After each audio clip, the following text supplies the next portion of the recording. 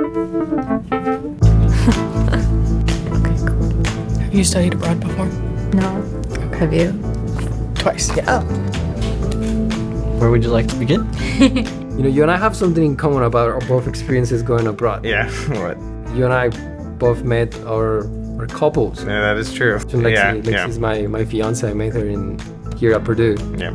And then you met Tara, yeah. in London. Yep. What might be cool to talk about first is like we can talk about like what is culture and then more so specifically like nationality-based culture. I think culture is very dominant, very important, but it's more so not something that you can directly put your finger on in some senses. But I think the most prevalent, I guess, form of culture is that nationality-based culture. Yeah. Each nationality or each country kind of has a culture that differentiates themselves from others. Yeah, I totally agree. Like within America, I would say like as a nation, we have like similar culture, but if you're like in the Northeast, it's different than the Southeast. So it may be like different food cultures, how you speak to someone. Like I'm from the South, so we have a lot of Southern hospitality. Yeah. So opening doors for everybody, like just being welcoming and giving that family feel. In general, people are kind to each other in every culture that I've been to. One thing that you often run into is sometimes different cultures have different expectations, and people have different modes of communication based on the sort of society they've lived in and the sort of culture that they grew up in. The region of India that I was from was a bit more rigid or more, I guess, collectivist. And, you know, coming to the US, it was way more individualized and sort of you're on your own, you figure out some things where there's more rigid expectations and more of guidance.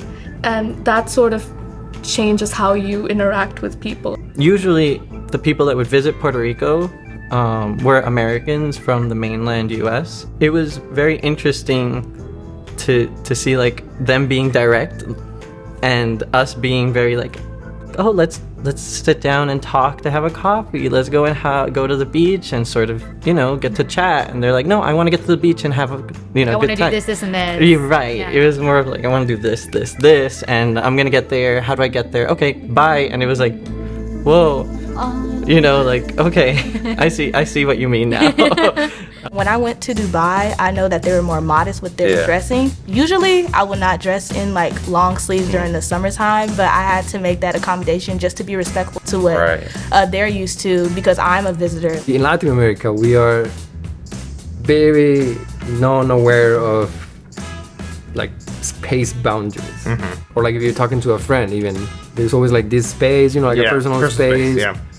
In Colombia, it's closer. It's more like Yeah. Yeah. And we usually shake hands all the time. Yeah. Like, hey, saying man, saying nice to goodbye see you. or Goodbye, saying yeah. hi. It's funny, when I came here, I used to shake Professor Trommel's hand all the time. Like, hey, how you doing? He's like, stop that. Until he told me, you don't really do that here. I was like, oh, thanks.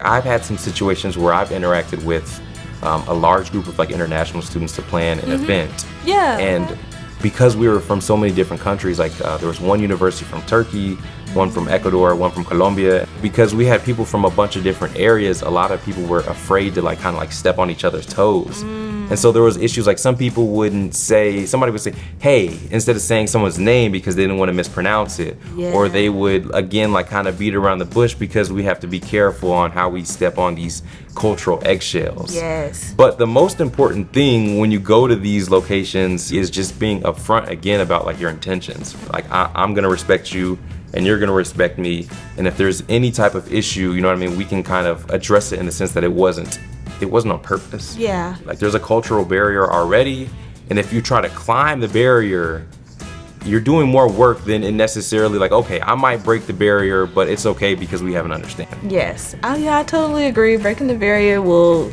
make everything much more simple. And also, at the end of the day, we all come from different places, but at the end of the day, we're still people.